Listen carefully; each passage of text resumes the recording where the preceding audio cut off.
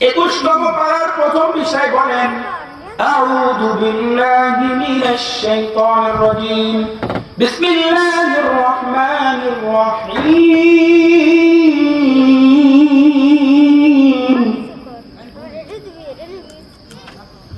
ইন্নাস সালাতা তানহা আনিল ফাহশাই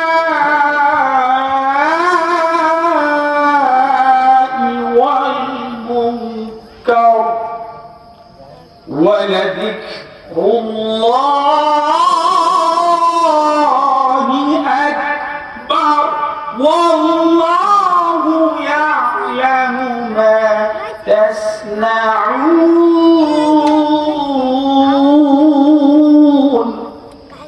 আল্লাহ তাআলা বলেন বান্দারে আমি তোমার জন্য ফরজ করে দিয়েছি 5 ওয়াক্ত নামাজ। কয় ওয়াক্ত নামাজ?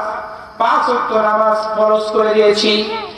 এমন একটি ট্যাবলেট তোমাদেরকে আমি দিয়েছি, যে ট্যাবলেট তুমি যদি গ্রহণ করো বান্দা, তাহলে তোমার পৃথিবী যত রকম ফাহিশা কাজ আছে, গুনার কাজ আছে, অশ্লীল কাজ আছে, আল্লাহ নারাজ হওয়ার কাজ আছে রে বান্দা, আমি তোমার দ্বারা করাবো না। ইন্নাস সালাতা তানহা আনিল ফাহশাই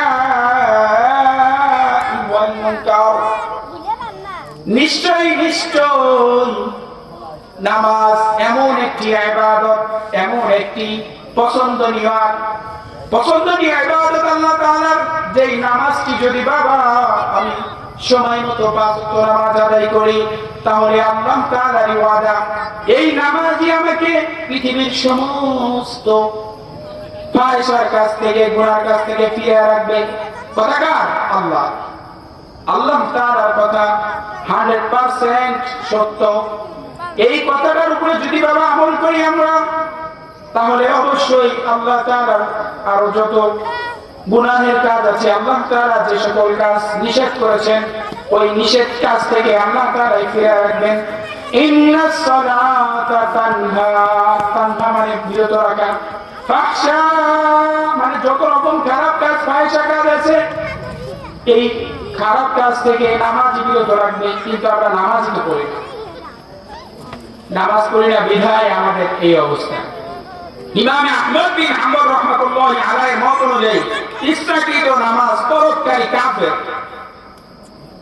ইমাম আহমদ বিন হাম্বল রাহমাতুল্লাহি আলাইহির মতামত অনুযায়ী ইচ্ছাকৃতভাবে নামাজ পরোক্ষকারী কাফের। তার দুনিয়াবী শাস্তি কি? তার দুনিয়াবী শাস্তি মৃত্যুদণ্ড। তার দুনিয়াবী শাস্তি কি বাবা? যুবক বন্ধুরা আমার, তার দুনিয়াবী শাস্তি হলো মৃত্যুদণ্ড।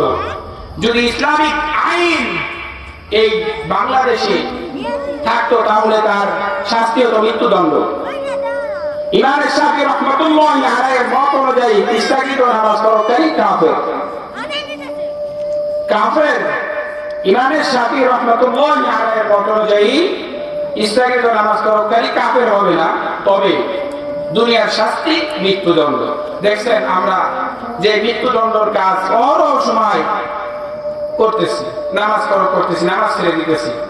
ইমামে আজম আবু হানিফা রাহমাতুল্লাহি আলাইহি কি বলতেছেন, এই মতটি বলে আমার কথা শেষ করব ইনশাআল্লাহ। ইমামে আজম আবু হানিফা রাহমাতুল্লাহি আলাইহির মতে ইচ্ছাকৃত নামাজ পরোক্ষকারী কাফের হবে না, তবে কি শাস্তি হবে দুনিয়াবী?